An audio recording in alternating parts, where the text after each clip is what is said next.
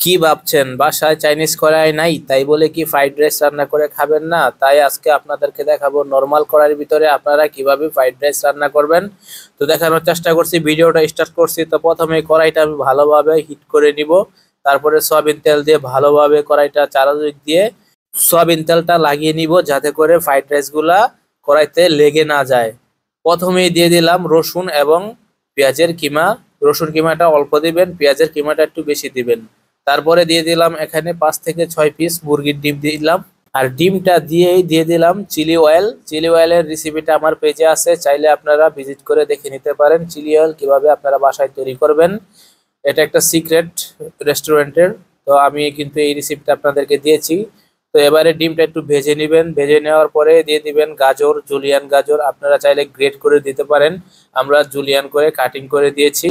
তো এবারে কিছুক্ষণ নাড়াচাড়া করে দিয়ে দিব স্টিম রাইস। স্টিম রাইসটা আগে থেকে আমি বয়েল করে রেখেছিলাম। নর্মাল চিনিগুলা রাইসগুলা আমরা পানিতে কিছুক্ষণ ভিজিয়ে তারপরে 70 থেকে 80% আমরা সিদ্ধ করে নিই। তা আপনারা এভাবে সিদ্ধ করে নেবেন ফ্রাইড রাইসের জন্য।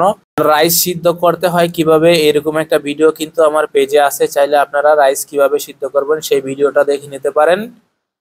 তো এবারে রাইসটা দিয়ে কিছুক্ষণ ভালোভাবে রাইসটা গরম করে নিতে হবে, নাড়াচাড়া করে একটু রাইসটা ভালোভাবে গরম করে নিতে হবে।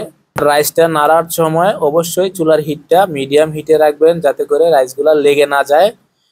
এখন দিয়ে দিলাম ফিশ সস। তো ফিশ সসটা আমি আগে রাইসকে একটু খাইয়ে নিলাম। তা আপনারা চাইলে ফিশ সস, ম্যাগি সস দিতে পারেন। তো আমরা ম্যাগি সসটা দেই না, ম্যাগি সসটা দিলে রাইসটা কালো হয়ে যায়, তার জন্য আমি ফিশ সসই দিলাম।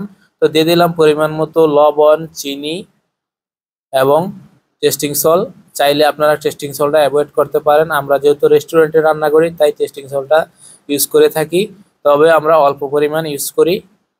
দিয়ে দিলাম হোয়াইট পেপার, সামান্য একটু হোয়াইট পেপার দিয়ে আবারও কিছুক্ষণ হালকা হিটে রাইসটাকে ভালোভাবে নেড়ে চেড়ে নিতে হবে যাতে করে যেই মাল মেডিসিনগুলো দেওয়া হয়েছে এগুলো রাইসের সাথে মিশে যায়। আপনারাও কিন্তু চাইলে এরকম নর্মাল করার ভিতরে ফ্রাইড রাইস রান্না করতে পারবেন। অনেকেই জানেন না আসলে কিভাবে রান্না করতে হয়, তো আমি আজকে আপনাদেরকে দেখানোর চেষ্টা করতেছি কিভাবে আপনারা রান্না করবেন। তো মোটামুটি আমার রাইসটা নাড়াচাড়া হয়ে গিয়েছে, গরম হয়ে গিয়েছে। তো এবারে আমি আগে থেকে ডিপ ফ্রাই করা কিছু চিকেন এবং পেঁয়াজ পাতা এবং ক্যাপসিকাম, লাল ক্যাপসিকাম, হলুদ ক্যাপসিকাম, গ্রিন ক্যাপসিকাম, 3 রকমের ক্যাপসিকাম দিয়ে আবারও কিছুক্ষণ নেড়ে চেড়ে নিব। আর এগুলা দিলেই কিন্তু রাইসের ভিতরে আলাদা একটা টেস্ট চলে আসে এবং ফ্লেভার চলে আসে। তো মোটামুটি রাইসটা আমার হয়ে গিয়েছে। তো এবারে একটু বাটার অয়েল দিয়ে দিব। বাটার অয়েলটা দিয়ে আবার একটু রাইসটা নাড়াচাড়া করে দিব যাতে করে বাটার অয়েলের ফ্লেভারটা পুরো রাইসের সাথে মিশে যায়। আপনারা চাইলে চাকা বাটাটা ইউজ করতে পারেন, চাকা বাটাটাও রাইসে অনেক ভালো টেস্ট আনে, বা ঘিও ইউজ করতে পারেন, কোনো সমস্যা নাই। তো দেখেন আমি প্লেটের ভিতরে একটু নিলাম রাইসটা, কত সুন্দর ঝরঝরা এবং কত সুন্দর একটা কালার চলে আসছে রাইসটা, একদম খেতে কিন্তু দেখতে মনে হচ্ছে খুবই সুস্বাদু।